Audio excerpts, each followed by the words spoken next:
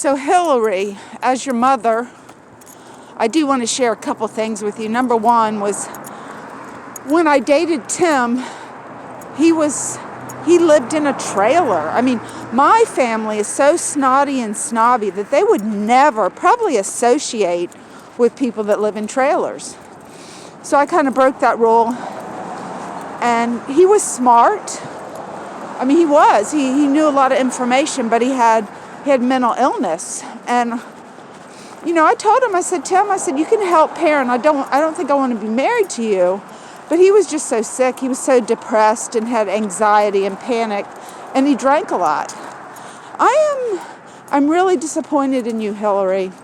I think you can be smarter than that to separate the person from their illness. And you don't do it with me either. Jennifer doesn't. She doesn't get it. Nana did. Why don't you follow Nana's example? Jennifer has it really not easy, trust me. Nobody that's married has it easy. But in a blindness, you're throwing the baby out with the bathwater. Tim tried to kill himself, and he got it done the second time. Now, from what I've heard you say, you just think he was a horrible person because he said some mean things to you. Personally, I see a suffering alcoholic with terrible, terrible panic anxiety attacks that can't get his life in order. But you have no juxtaposition for empathy or sympathy for people with mental illness. Maybe a heart attack or maybe leukemia like Kent got. Kent was always just real quiet. If I called him, I'd either leave a message or he'd answer. And we never really pulled it together to get married, but we did love each other. And you met him when you were a baby, but you don't remember. So it's important to have these good role models in your life. And while I love Matt, I think he means well. I think both of y'all could use some counseling, but I'm not sure that your counselor that you have right now, if she's pinning terms on me, like it's the toxicity. Come on, people. Everyone's toxic, and so you're toxic.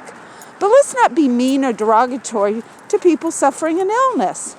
And your counselor could call me. She can call my therapist. But to help you, you got to get out of the spot where you freaking hate people that are mentally ill. You can look at 3/5 of the population, and they've all got some kind of mental illness. Like OCD, my landlady is like Nana.